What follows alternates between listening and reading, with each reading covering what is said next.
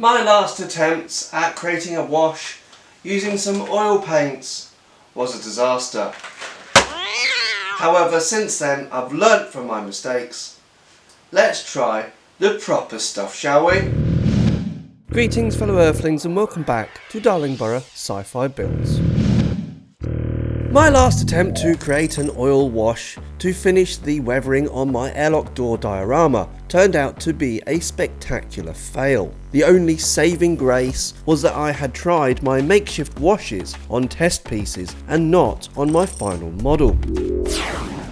The arrival of payday allowed me to become a bus wanker and travel into town to check out some shops I thought may stock the current materials I needed to create an oil wash. Unfortunately, when I got to town, my options were pretty limited. I visited the works, which, whilst carrying a wide variety of craft materials, didn't seem to carry any paint thinner whatsoever, and even Boys, despite being one of my favourite and surprisingly well stocked modelling supply stores, only having enamel based thinner in store, which was not what I was after. A further bus journey to my local retail park was required because I knew that is where the holy grail of model making and artistic supplies was located. I am of course referring to Hobbycraft. I was unsurprised to discover a massive selection of acrylic based model paints, as well as a huge selection of enamels. I continued browsing, making my way to the oil based paint selection, where I discovered an impressive selection of oil paint mediums, solvents and varnishes. I quickly discovered not one, not two, but 3 products that seemed to fit my requirements. Considering the effort I had expended locating these products, I ended up purchasing all of them at my own expense. Who needs to pay rent anyway, yeah? So I know what you're thinking. Why did I choose to buy all 3 products instead of just the one that I need? Well, the truth is, I'm not sure which one of these is going to work with the oil paints I've got. I also want to test and compare all of these products to find out which one was going to perform the best. Not only for my own knowledge, but so I can advise you on which one of these products is the best selection to use. So, let's get started, shall we? I started with the Winsor & Newton Artist White Spirit. I wasn't sure if there was a difference between this stuff and the cheap DIY White Spirit that I had tried before, so I honestly didn't know what to expect. As previously, I used the pipette to transfer some of the Artist White Spirit into a small jar, before adding a small dab of oil paint into the mixture. Luckily, I wasn't holding out high expectations, as I got the exact same results I had with the cheap White Spirit. Absolutely nothing happened. The paint remained unmixed as before. Now I'll be absolutely honest, I do not have a clue if there is any difference between White Spirit specifically designed for artists and White Spirit you can get from a hardware store. If there is any of my viewers out there that knows if there is a difference or not, or knows any of the specifics, then please leave me a comment down below and explain what the differences are. The second solution I tried was the Winsor & Newton Distilled Turpentine. I must admit, I had always associated turpentine as a cleaning material rather than a product for filling paint. However, it did say that it could be used as a thinner, so I thought that I would give it a go as well. I repeated the same process as before, taking a few drops of turps, dropping them into the small tub, adding a drop or 2 of the oil paint, and stirring with the paintbrush. I noticed that this time, as I mixed the paint and the turpentine solution together, I did start to see the mixture change colour. slightly. However, it wasn't perfect. Although the mixture did start to turn the same colour as the paint, I also saw some small lumps of paint which weren't actually dissolving into the mixture as well. It reminded me of the failed experiment before with the isopropanol, where the paint disintegrated rather than mixed properly. In the end, all I was left with was some dirty turpentine and some blobs of oil-based paint left on my brush, none of which would have been very effective as an oil-based wash. So I must admit the turpentine didn't work either. Now it'd be interesting to know, is this the same as the turpentine you can buy from a hardware store? If it is, let me know in the comments down below. I must admit that testing all of these out is starting to get to me a little bit. I want to do a bit of retail therapy just to cheer me up. I ordered a desk pad for underneath my edit suite from a company called Technically Stable, and I'm about to open the box in front of you guys. I'm so excited. Pull me off. Let's go for it.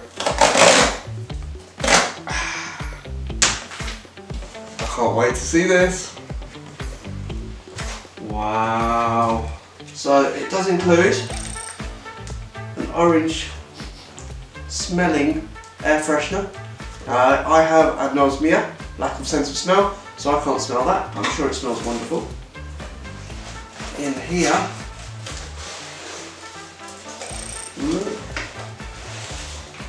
oh wow, loads of padding. I'll come to the desk pad in a minute. But they've got some stickers. There's 1, 2, 3 stickers, and hey, a little ducky. Now we'll put some close-up shots over this as well so you can see. Obviously it's packed really nicely, but here is my desk pad. It's been wrapped in some recyclable custom zip ties, which you can reuse by the way. And here, oh that's awesome, is my custom Darlingbrough Sci-Fi Builds desk pad. Don't you think that looks absolutely awesome? That is amazing. So cool.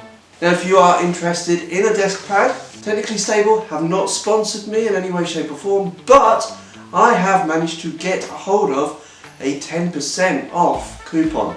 So if you go to the Technically Stable website and you want to order one of these bad boys, there are hundreds, if not thousands of their own designs, or you can do what I've done and actually upload your own design. Just go to the website and use the code DSFB2025 in the coupon code and then get 10% off. Tell them I sent you and enjoy. I'm going to put this on my desk. That's so cool! The last product to try was the Winsor & Newton Thinner. Although I was trying to keep my expectations in check, I couldn't help but feel more optimistic about this substance. Again, repeating the same method, transferring a small amount into the jar and adding the paint before stirring. This time, however, it actually worked! The paint and thinner mixed together perfectly and created a thin wash in front of my eyes. Before I got too carried away, however, I decided to see how it would react with an acrylic painted model. So, as before, I chose to sacrifice my small cel-shaded Sci-Fi crate as a test piece. After sloshing the wash all over the model, I took a cotton pad and wiped it off, half expecting to take some of my cel-shaded paint scheme with it. But no, the acrylic stayed in place. I think I have finally found the solution I was looking for. Pun intended. So now that I had finally found a winning combination of products to use, it was time to actually apply a wash to my model. Something which, if I'm being honest, I was still reluctant to do.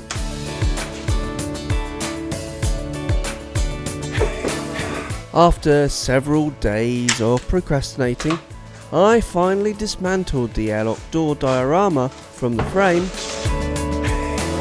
laid it out neatly onto my desk, and started to mix up a wash using a combination of black, dark green and crimson oil paints. With a huge amount of trepidation, I slowly started to apply small drops of the wash to the cracks between the panels of the back wall, allowing capillary action to pull it along the edges, creating shadows between the panels. As I started applying more of the wash to the model, I felt my confidence grow and decided to start spreading the wash about more. First along the panel lines and edges, and then into the deeper crevices of the model.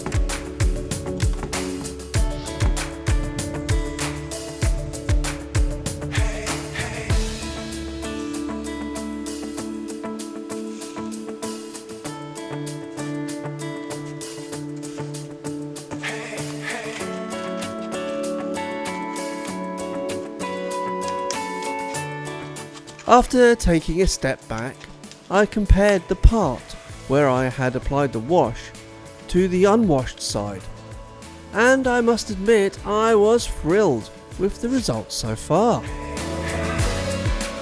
Now convinced as to the effectiveness that a wash was producing, I started slavering more washes over the model.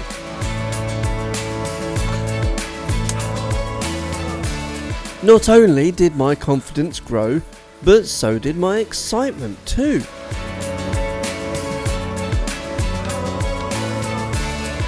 Each coat just added more and more realism and character to the piece.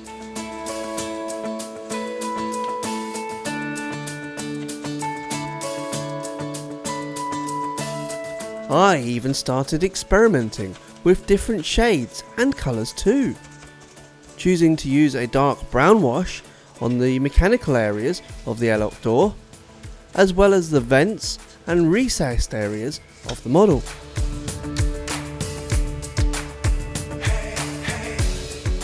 I decided to apply a reddish wash to the bottom of the airlock door, giving the impression that the door had been exposed to the elements of the hostile alien planet. So it didn't look too overbearing, however. I did wipe away some of the excess before leaving it all to dry. As well as the main back wall, I coated the other parts of the model in washes too. I absolutely loved seeing the model really come to life, with the details instantly appearing with depth and shadows. In fact, I loved the process so much I ended up getting carried away to the point I forgot to film half of what I was doing. Adding an oil wash turned out to be incredibly satisfying. I honestly do not know why I was so hesitant to apply an oil wash to my diorama. As it happens, applying washes has now become my new favourite weathering technique. So now that I have finished applying the oil wash all over the model, I must admit I'm absolutely delighted with the results. I must confess that I am thankful that I experimented and put the time and effort into finding the correct products to create the oil wash for the model.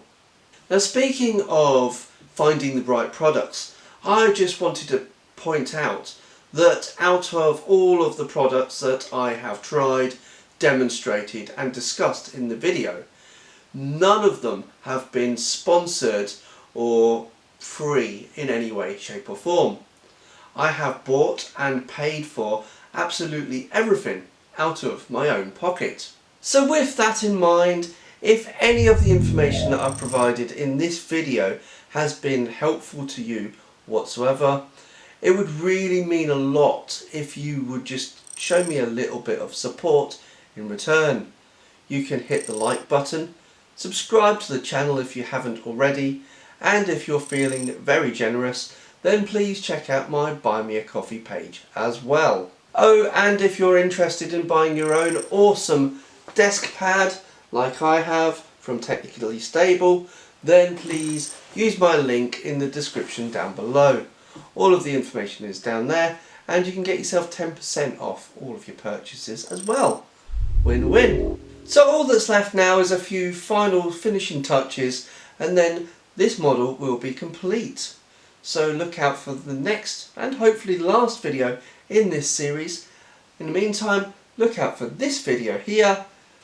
Hasta la vista, I'll be back.